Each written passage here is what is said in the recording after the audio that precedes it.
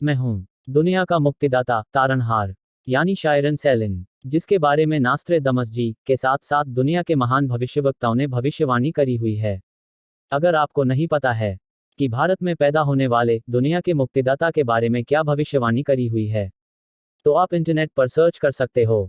उसमें से कुछ भविष्यवाणी मैं डिकोड कर चुका हूँ और आगे भी करता रहूंगा, क्योंकि मैं ही दुनिया का मुक्तिदाता यानी तारनहार हूँ, जो पूरी दुनिया को मोक्ष व मुक्ति का ब्रह्म ज्ञान देगा, जिससे दुनिया में सभी लोग आध्यात्मिक इंसान बन पाएंगे। आजकल 90% लोग पापी बन चुके हैं और ये 90% लोग 1% अमीरों के गुलाम हैं। मेरा काम है दुनिया के 90% लोगों को अमीरों की गुलामी से आज़ादी दिलाकर भगवान की भक्ति में लगाना, जिससे दुनिया में चारों तरफ खुशियां आ सके। इसीलिए मैं अपनी हर वीडियो में कुछ ना कुछ ब्रह्म ज्ञान देता रहूंगा। चलिए आज के टॉपिक पर वीडियो को शुरू करते हैं। देखिए, मैं नास्त्रेदमस जी पर एक प्लेलिस्ट बना रहा हूं, जिसमें टोटल 8 भाग है। इस प्लेलिस्ट का नाम है नास्त्रेदमस जी की भविष्यवाणी डिकोडेड बाय शायरन सेलिन, जिसमें मैं नास्त्रेदमस जी की कुछ भविष्यवाणी डिकोड करूंगा जो लोगों को अभी तक पता नहीं होगी। और नास्त्रेदमस जी ने भी कहा है, मेरे एक एक शब्द को सिर्फ असली शायरन सेलिन ही डिकोड कर पाएगा और कोई नहीं। तो आज उस प्लेलिस्ट की तीसरी वीडियो यानी भाग 3 है। अगर आपने पुराने भाग यानी पार्ट की वीडियो नहीं देखी हैं, तो कृपया वो भी देख लीजिएगा। आज इस भाग में मैं बताऊंगा कि नास्त्रेदमस जी ने अपनी भविष्यवाणी में शायरन सेलिन के बारे में क्या क्या बताया है। भाग 3/8। मैं हूं नास्त्रेदमस वाला शायरन सेलिन, जो भारत को विश्वगुरु बनाएगा, विश्व युद्ध 3 को भी रोकेगा, फिर से अखंड भारत सर्वश्रेष्ठ राष्ट्र बनेगा। सदियों से न देखा ऐसा सुख साम्राज्य हिंदुओं का होगा। आईसीजे भारत में होगा। न्यू वर्ल्ड ऑर्डर भी शायरन सेलिन ही बनाएगा और लागू करेगा, जिसमें समान कायदा समान नियम होगा, किसी के साथ कोई भेदभाव नहीं होगा। मेरे बारे में, मेरे ज्ञान के बारे में जानने के लिए इस लिंक पर जाए। मुझे उम्मीद है आपको आज की वीडियो जरूर पसंद आई होगी। अगर आपको मेरा ब्रह्म ज्ञान अच्छा लगा हो और चाहते हो कि आगे भी मैं अपना मोक्ष मुक्ति का ब्रह्म ज्ञान देता रहूं, तो आप मुझे यूपीआई के जरिए सपोर्ट कर सकते हो। मेरी यूपीआई आईडी डिस्क्रिप्शन बॉक्स में दी हुई है। अगर आप भारत के बाहर यानी किसी और देश से हो और मेरी मदद करना चाहते हो, तो आपको डिस्क्रिप्शन बॉक्स में डोनेशन करने का लिंक मिल जाएगा। आप उस लिंक पर जाकर भी मेरी मदद कर सकते हो। और मेरी जो भी मदद करेगा, वो मुझे टेलीग्राम पर मैसेज करके जरूर बता देना। कृपया एक बात बहुत अच्छे से समझ लीजिए कि मुझे किसी भी तरीके का सपोर्ट करने के बदले में मुझसे किसी भी तरीके के रिटर्न की उम्मीद मत रखना, क्योंकि मैं रिटर्न में धन्यवाद भी नहीं करूंगा, क्योंकि कोई जबरदस्ती नहीं है कि मेरी मदद करो। अगर आप मुझे समर्थन करोगे, तो इससे आपके ही कर्म बढ़ेंगे, मेरे नहीं। अगर आपको कर्म करना अच्छा न लगता हो, या कर्म करने के बदले में कुछ लेने की उम्मीद रखते हो, तो वो कर्म नहीं, सिर्फ दिखावा होता है।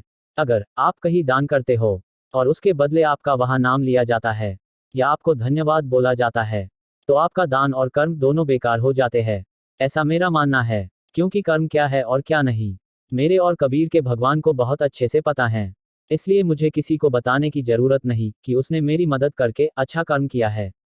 और भी मोक्ष व मुक्ति का ब्रह्म ज्ञान आपको डिस्क्रिप्शन बॉक्स में मिल जाएगा। जैसे कि आपको मेरे ब्रह्म ज्ञान की ई बुक्स फ्री में कैसे मिल सकती हैं, इसलिए डिस्क्रिप्शन बॉक्स को भी पढ़ लीजिएगा। मेरा और मेरे गुरु कबीर का मानना है कि हमारा भगवान हर जगह है और हर इंसान के अंदर भी है।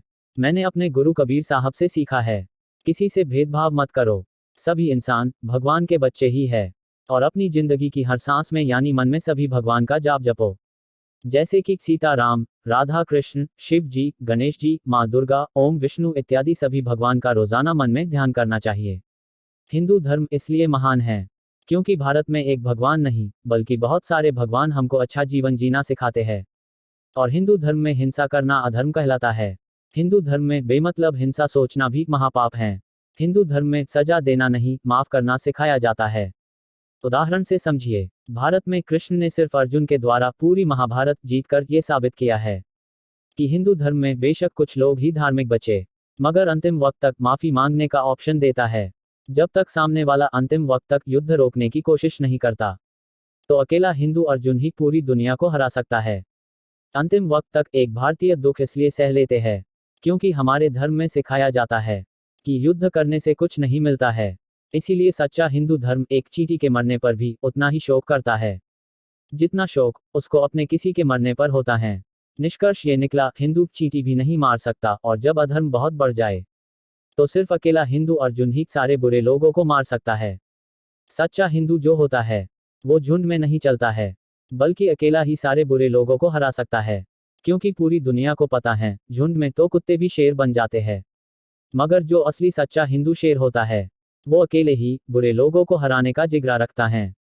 हिंदू धर्म में सिर्फ और सिर्फ भगवान की पूजा करना ही सिखाया जाता है और कुछ नहीं। क्योंकि हम सब इंसानों को उस भगवान ने बनाया है। अगर हम इंसान भी जानवर बनेंगे तो ये उस भगवान का अपमान है।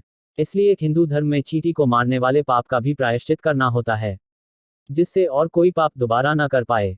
इसलिए अगर आप भगवान के सच्चे भक्त हो तो आपको अपने मन के साथ साथ मुंह से भी सीताराम, राधा कृष्ण, शिव जी, गणेश जी, माँ दुर्गा, ओम विष्णु इत्यादि सभी भगवान का रोजाना ज्यादा से ज्यादा समय तक भगवान का नाम ही लेना चाहिए। क्योंकि मोक्ष मुक्ति का हकदार भी सिर्फ वो ही बनता है जो अपना ज्यादा से ज्यादा समय सच्ची भक्ति से भगवान का ध्यान करता है। अगर भगवान का वैकुंठ पाना है तो इस धरती को भूलकर यानी कोई पाप न करके सिर्फ भगवान का ध्यान करना होगा। मैं खुद इन सब भगवान का रोजाना जाप करता हूँ, इसीलिए मुझे जीते जी मोक्ष मुक्ति का ज्ञान मिल पाया है। आज आपको एक बात बता देता हूँ जो आपको किसी ने भी नहीं बताई होगी। आपको मोक्ष मुक्ति का ज्ञान तब तक नहीं मिल पाएगा जब तक आप ये तय नहीं कर लेते कि आपको मरते दम तक मोक्ष मुक्ति न मिले।